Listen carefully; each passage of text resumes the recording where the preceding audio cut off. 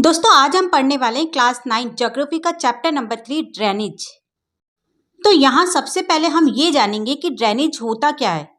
Drainage का मतलब होता है जल निकास, यानी river system of an area. मतलब ये कि ऊपर से लेकर नीचे तक पानी बहने का एक प्रोसेस होता है। इसके बाद आता है ड्रेनेज बेसिन, जिसे जल निकासी बेसिन कहते हैं। तो यहाँ पर इसका मतलब ये है कि अलग अलग डायरेक्शन में बहने वाली कुछ छोटी छोटी नदियाँ मिलकर एक बड़ी नदी बनाती है, जो लास्ट में जाकर एक बड़ी झील या समुद्र में मिल जाती है। और अब नेक्स्ट है वाटर डिवाइड। तो अब हमें इसके नाम से ही पता चल रहा है कि यहाँ वाटर डिवाइड करने की बात कही जा रही है। तो अब यहाँ पर आप स्क्रीन पर देखो, यहाँ आपको दो तरह के ड्रेनेज बेसिन दिखाई दे रहे हैं। अब जो भी इन ड्रेनेज बेसिन को डिवाइड करता है उसे हम वाटर डिवाइड कहते हैं। और ये जो वाटर डिवाइड है ये कुछ भी हो सकते हैं, जैसे माउंटेन हो सकते हैं या फिर कोई ऊपर की तरफ से उठी हुई जमीन हो सकती है। अब हम बात करेंगे ड्रेनेज सिस्टम इन इंडिया। इसे रिवर सिस्टम ऑफ इंडिया भी कहा जाता है। तो यहाँ पर अब हम इंडिया की रिवर्स के बारे में बात करने वाले हैं। तो यहाँ पर इंडिया की रिवर्स को दो ग्रुप्स में बांटा गया है। पहला है हिमालय रिवर्स और दूसरा है पेनिनसुला रिवर्स। तो यहाँ पर हिमालय रिवर्स हिमालय से निकलती है और पेनिनसुला रिवर्स पेनिनसुला प्लेट्यू से निकलती है। तो हिमालय रिवर्स जो होती है वो पेरेनियल होती है, मतलब पूरे साल इसमें पानी रहता है, क्योंकि इन्हें दो जगह से पानी मिलता है, एक तो बरसात से और दूसरा पहाड़ों की बर्फ से। इसलिए हिमालय रिवर्स में हमेशा पानी रहता है। वहीं पेनिनसुला रिवर्स में सीजनेबल पानी रहता है, यानी इनमें साल के कुछ ही महीनों में पानी रहता है और बाकी के महीनों में या तो पानी सूख जाता है या फिर इसका वाटर फ्लो कम हो जाता है। हिमालय रिवर्स बहुत बड़ी होती है, वहीं पेनिनसुला रिवर्स बहुत छोटी होती है। हिमालय से बहुत सारी नदियां निकलती है, लेकिन हम यहाँ पर मेनली 3 रिवर्स के बारे में बात करेंगे, जिनका नाम है इंडस, गंगा और ब्रह्मपुत्र। तो ये जो इंडस रिवर है ये तिब्बत से निकलती है और जम्मू कश्मीर से होते हुए पाकिस्तान जाती है और पाकिस्तान के बाद अरेबियन सी में मिल जाती है। इसकी बहुत सारी ट्रिब्यूटरीज होती है, जैसे जस्कर, श्योक, चेनाब, झेलम, सतलज, ब्यास और रावी। और इस रिवर की टोटल लेंथ होती है 2900 किलोमीटर्स। अब नेक्स्ट रिवर आती है गंगा रिवर। तो दोस्तों उत्तराखंड में एक ग्लेशियर है जिसका नाम है गंगोत्री, और वहाँ से निकलती है भागीरथी, और इधर से अलकनंदा निकलती है। और फिर ये दोनों नदियाँ देवप्रयाग में जाकर मिल जाती है, और फिर इन दोनों के संगम से गंगा नदी बनती है, और फिर ये ईस्ट की तरफ बहती चली जाती है। फिर एक जगह है फरक्का, जो कि वेस्ट बंगाल में लोकेटेड है। वहाँ पर जाकर ये हुगली और भागीरथी में मिल जाती है, और फिर हुगली कलकत्ता से होते हुए बे ऑफ बंगाल में मिल जाती है। और जो गंगा की मेन स्ट्रीम होती है, यानी कि भागीरथी, वो बांग्लादेश में जाकर ब्रह्मपुत्र से मिल जाती है, और फिर इन दोनों के मिलने से मेघना रिवर बनती है, और फिर ये मेघना रिवर बहती हुई बे ऑफ बंगाल में मिल जाती है। और फिर इन रिवर्स का जो डेल्टा बनता है वो है सुंदरबन डेल्टा। और दोस्तों क्या आपको पता है कि ये जो सुंदरबन डेल्टा है ये दुनिया का सबसे बड़ा रिवर डेल्टा है। गंगा की बहुत सारी ट्रिब्यूटरीज है जो उसे ज्वाइन करती है जब गंगा फ्लो करती है, जैसे यमुना, घाघरा, गंडक, कोसी, चंबल, बेतवा और सोन। और इसकी टोटल लेंथ है 2500 किलोमीटर्स। पूरा नॉर्थन इंडिया का एग्रीकल्चर गंगा नदी पर डिपेंड है। अब नेक्स्ट रिवर है ब्रह्मपुत्र।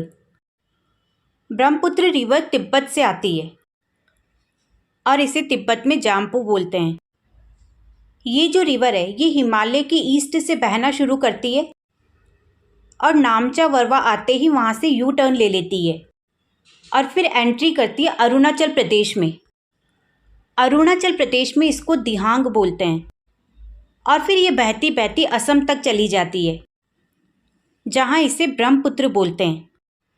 और फिर ये बांग्लादेश में चली जाती है, जहाँ इसे जमुना बोलते हैं। और फिर ये भागीरथी के साथ मिलकर बे ऑफ बंगाल में चली जाती है।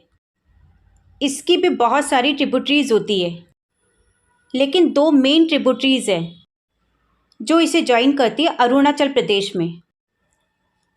उनका नाम है दिबांग और लोहित। अब हम बात करेंगे पेनिनसुला रिवर्स के बारे में। इसमें वो रिवर्स आती हैं जो इंडिया के पेनिनसुला रीजन से निकलती है। इंडिया के पेनिनसुला रिवर्स में मोस्ट ऑफ रिवर्स वेस्टर्न घाट से निकलती है और ईस्ट की तरफ फ्लो करती है, जैसे महानदी, गोदावरी, कृष्णा एंड कावेरी। और केवल नर्मदा और तापी ये बड़ी रिवर्स हैं जो कि वेस्ट की तरफ फ्लो करती है। तो यहाँ अब हम सबसे पहले बात करेंगे नर्मदा रिवर की।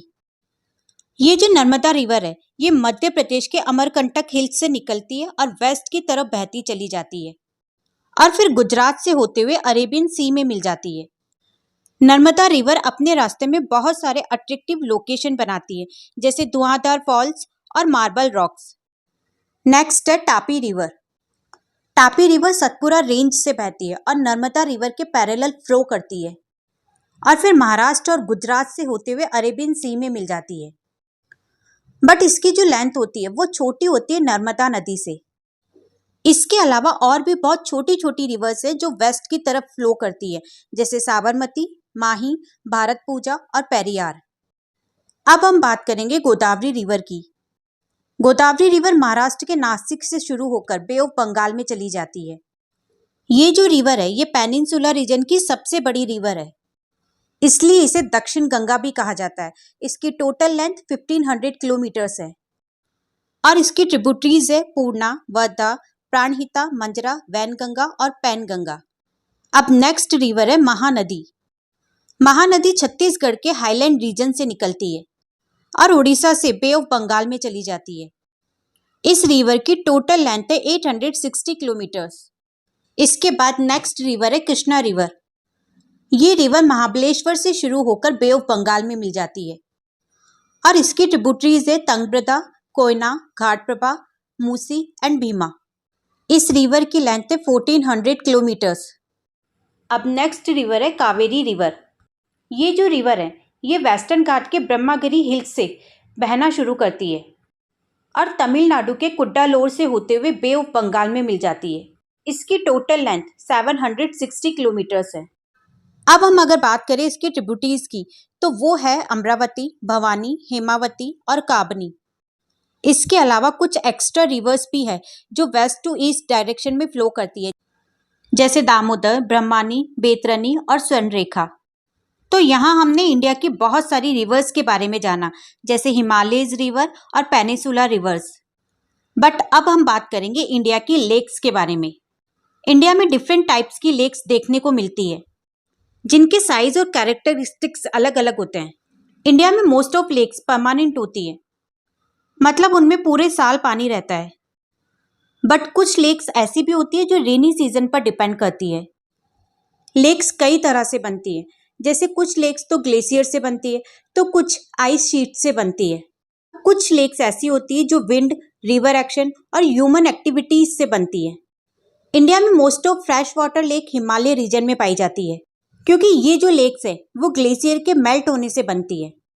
इंडिया में जम्मू कश्मीर की रीजन में एक वुलर लेक है जो टेक्टोनिक एक्टिविटीज से बनी है और ये जो लेक है ये इंडिया की लार्जेस्ट फ्रेश वाटर लेक है। इनके अलावा और भी लेक्स हैं जो फ्रेश वाटर लेक्स हैं, जैसे Dal lake, Bhimtal lake, Nainital lake, Chilka lake, Barapani lake और भी बहुत सारी। अब देखो, नेचुरली फॉर्म लेक्स बनाने के अलावा डैम बनाने की वजह से भी लेक्स बनती हैं, जैसे गुरु गोविंद सागर लेक। तो बच्चों, लेक्स हमारे लिए बहुत ही ज़्यादा वैल्यूबल है। ये बहुत ज़्यादा इम्पोर्टेंट रोल प्ले करती है हमारे लिए, हमारी लाइफ में, क्योंकि ये जो लेक्स हैं ये रिवर्स के वाटर को रेगुलेट करती हैं और रेनी सीजन में बाढ़ आने से बचाती हैं और इनकी हेल्प से ही हम इलेक्ट्रिसिटी जनरेट कर पाते हैं। लेक्स अपने आसपास के क्लाइमेट को मॉडरेट करती हैं और एक्वाटिक इकोसिस्टम को भी मेंटेन रखती है। लेक्स हर जगह की खूबसूरती को बढ़ाती है और इसके साथ साथ टूरिज्म डेवलपिंग को भी हेल्प मिलती है। लेक्स के अलावा रिवर्स भी हमारी इकोनॉमिक